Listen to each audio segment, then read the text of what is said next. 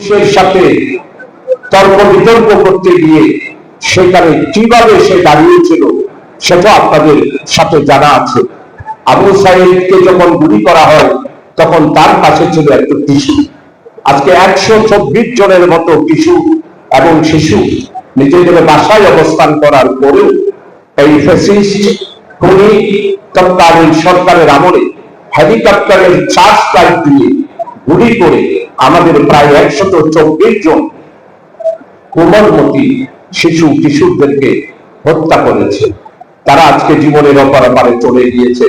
আজকে মহানগরী জামাতের পক্ষ থেকে আমাদের সেই শিশু কিশোরদেরকে শুধু শ্রদ্ধাময় স্মরণ করছে না, আমরা মনে করি আগামী দিন আমরা জান্নাতে যাওয়ার জন্য আমাদেরকে অবশ্যই আমাদের এই প্রিয় ভাইয়েরা আমাদের জন্য সুপারিশ করবে।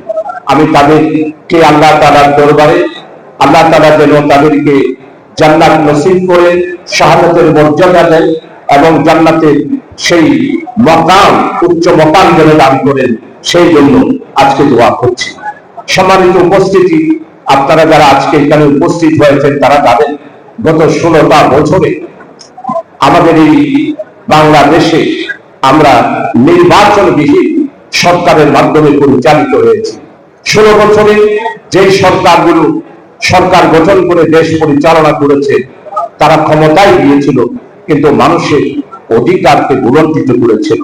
বিশেষ করে অর্থনৈতিক দিক থেকে, বিচারের দিক থেকে, সামাজিক দিক থেকে, আইন শৃঙ্খলার দিক থেকে গত 17, 18, 16টা বছর মানুষ নির্বিচারে গুমরে আজকে তারা নিজেদের ঘরে নিজেদেরকে বন্দী রেখে নিজেদের স্বাধিকার, নিজেদের অধিকার, কথা বলার কোনো অধিকার তাদের ছিল না। এই 16 বছরে যারা ক্ষমতায় গিয়েছিল এবং যারা ক্ষমতায় দেশকে শাসন করেছে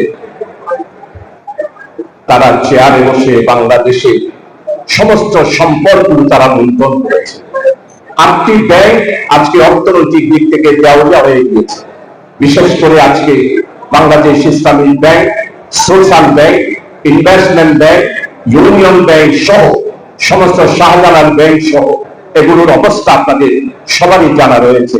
হাজার হাজার কোটি টাকা নয়, স্বয়ং সাবেক প্রধানমন্ত্রী আওয়ামী লীগের ব্যক্তি যিনি আজকে দেশে নাই, উনি এবং ওনার পরিবার 193 বিলিয়ন ডলার তারা বিদেশে পাচার করেছে। আমাদের বাংলাদেশে 16 জন ব্যক্তি বিদেশে টাকা পাচার করে আমাদের দেশকে অর্থনৈতিক দিক থেকে পঙ্গু করে দিয়েছে। প্রিয় উপস্থিতি, আমাদের স্বাধীনতার আজকে 53টি বছর। যারা এই সরকারে গিয়েছেন, ক্ষমতায় গিয়েছেন, ক্ষমতার পালা বদল হয়েছে, জনগণের কোনো ভাগ্যের পরিবর্তন হয় নাই। 1971 সালে আমার দামাল ছেলেরা, মুক্তিযোদ্ধারা রক্ত দিয়ে, রক্তের বিনিময়ে আমাদের এই স্বাধীনতা আমাদেরকে দিয়েছে।